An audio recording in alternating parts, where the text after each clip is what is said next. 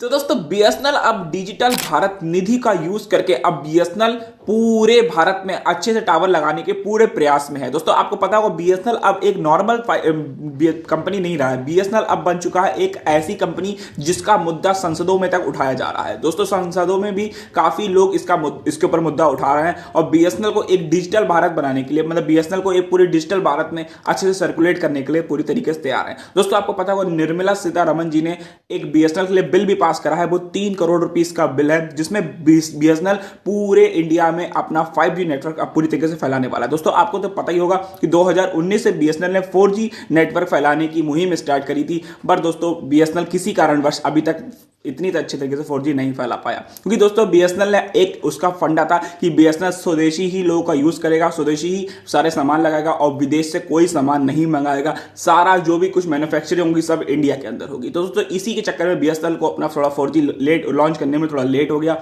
अब दोस्तों बीएसएनएल लगभग पूरे भारत में अपना 4G लॉन्च कर चुका है। इस पे अब लोग कह रहे हैं कि बीएसएनएल अपने प्राइस को हाइप कर रहा है, बट दोस्तों अब ये भी तो देखिए बीएसएनएल पूरा स्वदेशी आइटम यूज कर रहा है। स्वदेश मतलब कि सारा पैसा जो बन रहा है वो भारत में बन रहा है बीएसएनएल का, और सारा जो पैसा मिल रहा है वो भारत के लोगों को मिल रहा है। अब इसी में अगर देखा जाए तो वीआई हो गया, जियो हो गया, एयरटेल हो गया, ये सब कंपनियां विदेशी स्पेक्ट्रम पे चल रही हैं, पर बीएसएनएल पूरा इंडियन स्पेक्ट्रम पे चल रहा है, पूरा इंडियन टेक्नोलॉजी बेस पे चल रहा है। तो दोस्तों जो डिजिटल भारत निधि है, जो सरकार की एक योजना होती है जिसके तहत कंपनियों, टेलीकॉम कंपनियों को पैसा दिया जाता है जो पूरा स्वदेशी आइटम यूज करती, मतलब सारा ऑप्टिकल फाइबर वगैरह जो भी कुछ मतलब टावर में चीजें लगती हैं, इन सब चीजों का जो यूज करती हैं, केबल्स जो यूज करते हैं, तो इनको भारत से पैसा मिलता है इन सब चीजों का। दोस्तों डिजिटल भारत निधि का यूज करके और अब बीएसएनएल और आगे बढ़ने वाला है और हर जगह पे अपना 5G रोल आउट करने के लिए पूरी तरीके से सक्षम होने वाला है। दोस्तों जो सपना सन 2017 में बीएसएनएल ने देखा था,